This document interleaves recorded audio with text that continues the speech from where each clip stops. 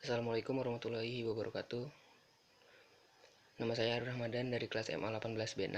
Di sini saya akan menjelaskan hasil dari beberapa materi tentang perekonomian Indonesia, di antaranya adalah pertumbuhan ekonomi dan inflasi.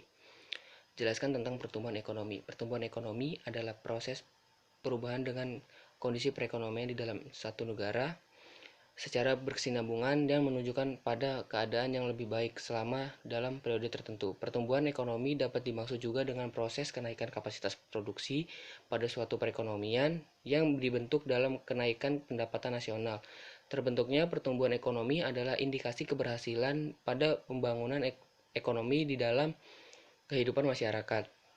Yang kedua, jelaskan tentang inflasi. Inflasi adalah merosotnya nilai uang dikarenakan kebanyakannya uang yang beredar di masyarakat. Akibatnya terjadi kenaikan harga-harga barang yang sifatnya berlangsung secara terus-menerus.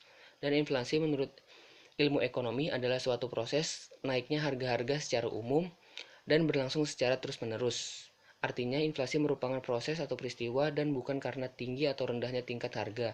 Dengan kata lain, tingkatnya harga yang tinggi belum tentu menunjukkan terjadinya inflasi.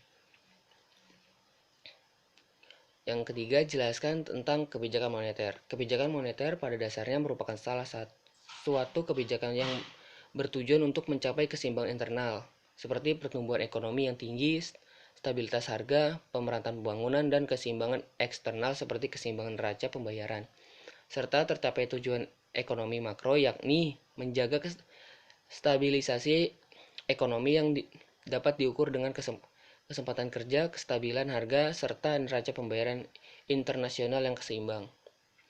Yang keempat, jelaskan tentang investasi. Di dalam dunia modern saat ini, investasi banyak sekali dicari dan dijalankan untuk ladang bisnis.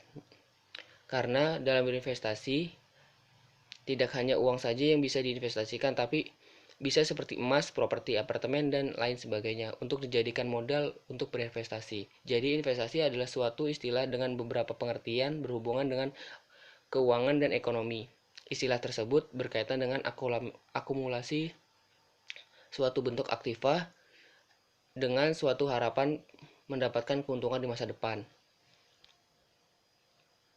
Yang kelima, kebijakan fiskal di Indonesia merujuk pada kebijakan pemerintah yang ditunjukkan untuk mengarahkan ke ekonomi secara negara lewat pengeluaran serta pendapatan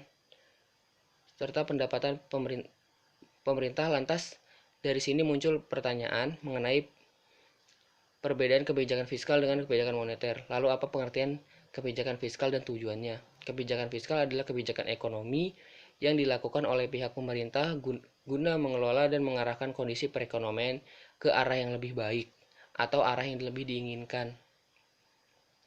Pengertian fiskal menurut Kamus Besar Bahasa Indonesia atau KBI, fiskal berkaitan dengan urusan pajak atau pendapatan negara.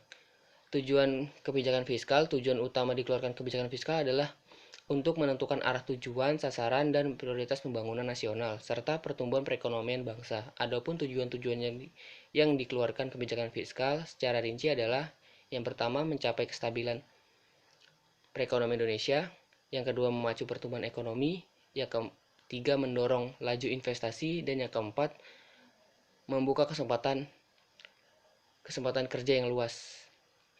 Berikut materi yang bisa saya sampaikan, kurang lebihnya mohon maaf. Billahi taufiq wa hidayah. Wassalamualaikum warahmatullahi wabarakatuh.